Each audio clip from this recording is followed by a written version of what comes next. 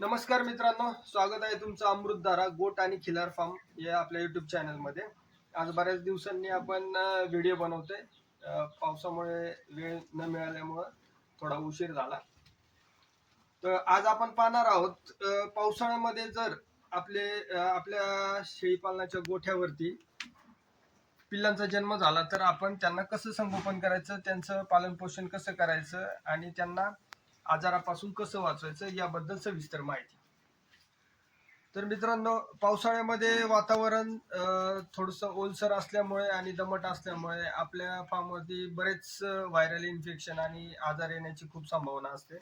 शक्यतो काही लोक पावसाळ्यामध्ये शेळ्या खाली होतील असं व्यवस्थापनच करत नाही. पण जर झालंय तर ते जे होणारी पिल्लं आहेत त्यांना आजारांपासून आपण कसं वाचवायचं, त्यांचं बॉडी वेट कसं वाढवायचं, त्यांची रेजिस्टन्स पॉवर कशी वाढवायची याबद्दल आज आपण माहिती घेऊ. तर पहिल्या दिवशी जेव्हा शेळी खाली होते त्यावेळी आपल्याला काळजी घ्यायची आहे की त्या पिल्लाचा नाळ व्यवस्थित कट करायचा आहे आणि त्याला टिंचर आयोडीन मध्ये बुडवून घ्यायचं आहे, जेणेकरून त्याच्या नाळेला जंतू संसर्ग होणार नाही. दुसरी गोष्ट आहे, त्याला पोटभर चीक शेळीचा पाजायचा आहे, जेणेकरून त्याला पुढे जे त्याचा शरीराचा जो विकास होणार आहे त्यासाठी त्याला खूप त्याची मदत होईल आणि त्याची रोगप्रतिकारक क्षमता चांगल्या प्रकारे वाढेल. चीक पण कसा पाजायचा, किती प्रमाणात पाजायचा यावर सविस्तर आपला व्हिडिओ आहे, तुम्ही मागे जाऊन तो पाहू शकता. तर आता हे झाल्यानंतर आपल्याला पिल्लाला रोज आपल्याला त्याला जसं पचेल त्या प्रमाणामध्ये आपल्याला शेळीचं दूध पाजायचंय. पण काही पिल्लांना हे जर जास्त प्रमाणात झालं तर पोटाचे आजार होतात, ते बुळकणतात किंवा त्यांना ते दूध पचत नाही, ऍसिडोसिस होतं, असे बरेच वेगळे वेगळे समस्यांना आपल्याला तोंड द्यावं लागतं. तर ह्या सर्व समस्या आपल्या फार्ममध्ये येऊ नये, आपल्या पिल्लांना पचनाचे कोणतेच आजार होऊ नये यासाठी पहिल्या दिवसापासून आपण पिल्लांना हे बेबी ग्राईप वॉटर देतो. हे पहा, हे मेडिकलमध्ये सहज उपलब्ध होतं आणि हे पिल्लांना आपण सकाळी 1 ml आणि संध्याकाळी 1 ml दूध पाजायच्या अगोदर देतो. याच्यामुळं जे पोटाचे होणारे आजार आहेत किंवा जे जुलाब होतात, दूध पचत नाही, ह्या सर्व समस्या तुमच्या फार्ममधनं नाहीशा होतील. हे सगळ्यात उपयुक्त आहे आणि हे आमच्या पिल्लांना आम्ही कंटिन्यू 3 महिने कंटिन्यू करतो लगातार.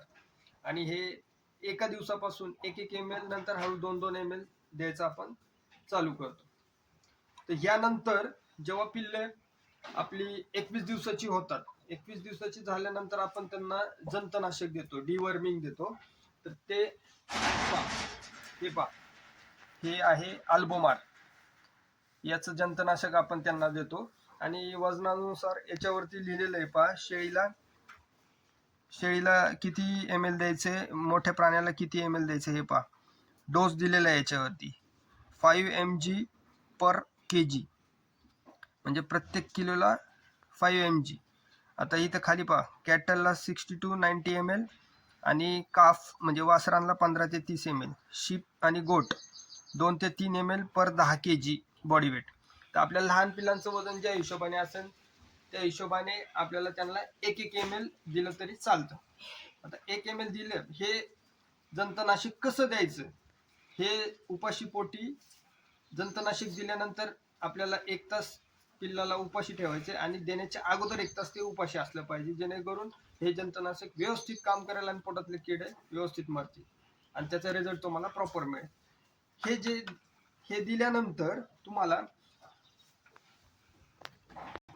जंतनाशक दिल्यानंतर आपल्याला लिव्हर टॉनिक द्यायचं. हे तुम्ही कोणत्याही कंपनीचं देऊ शकता. लिव्हर टॉनिक हे तुम्हाला जे दाखवलं विरबॅग कंपनीचं ब्रोटॉन, याचा आम्हाला चांगला रिझल्ट मिळाला म्हणून आम्ही हे देतो. लिव्हर टॉनिक हे कोणत्याही कंपनीचं द्या, पण आवश्यक आहे, कारण जेव्हा आपण जंतनाशक देतो तेव्हा त्या पिल्लांच्या लिव्हरवरती स्ट्रेस येतो आणि ते खायचे कमी होतात. त्यामुळं त्यांचे जे लिव्हर स्ट्रॉंग होण्यासाठी लिव्हर टॉनिक खूप महत्वाचं आहे. भूक वाढवण्यासाठी लिव्हर टॉनिक खूप महत्वाचं आहे. हे तुम्हाला 10 दिवस लगातार द्यायचे. 2 ml 3 ml दिले तरी चालेल.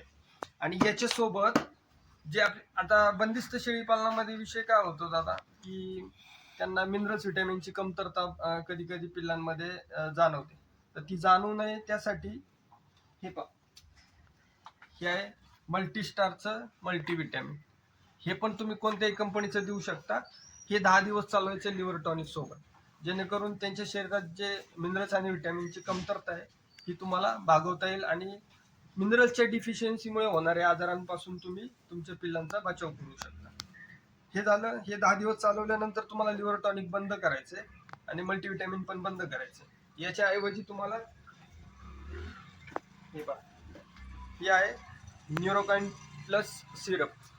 आता हे पण व्हिटॅमिन्सच आहे एक प्रकारचं, आणि याच्यामध्ये व्हिटॅमिन B6, B12, निकोमॅनाइड, याच्यामध्ये काय काय कंटेंट आहे या बाटलीवरती लिहिलेले आहेत.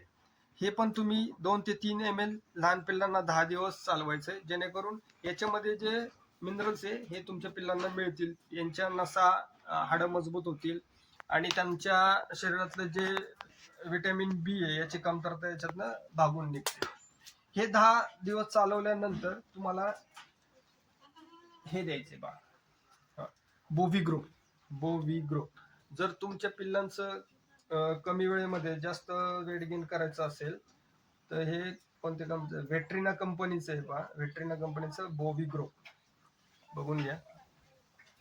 आता याच्यामध्ये मागे तुम्हाला इथं कंटेंट दिलेले आहेत. याचाही रिझल्ट चांगल्या प्रकारे मिळाला आहे आपल्याला पिल्लांमध्ये. आपली पिल्ले 1 महिन्यामध्ये 14 ते 15 किलो वजनाची आहेत. तर हे आपण तुम्हाला व्हिडिओमध्ये पुढे दाखवूच.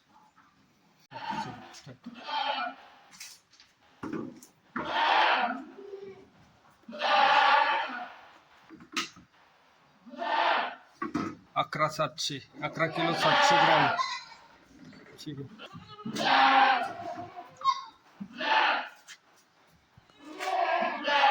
12 किलो. हे पिल्लू 12 किलोच आहे. निकाल भैया. हे पहा 0. हा डाल भैया.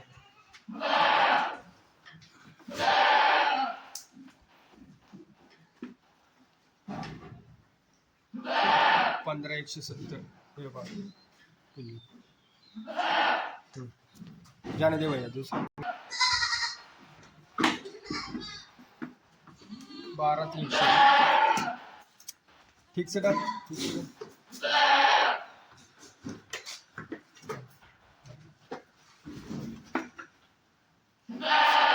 12,300. तर पिल्लांच्या ग्रोथ मध्ये हे लिक्विड एक चांगला रिझल्ट देते आपल्याला, त्यामुळे आम्ही हे वापरतो. तुम्हाला हे वापरायचं असेल तर तुम्ही पण याचा रिझल्ट घेऊ शकता. व्हेट्रिना कंपनीचं आहे बोविग्रो. आता दुसरं आहे हे शार्कोफेरॉल.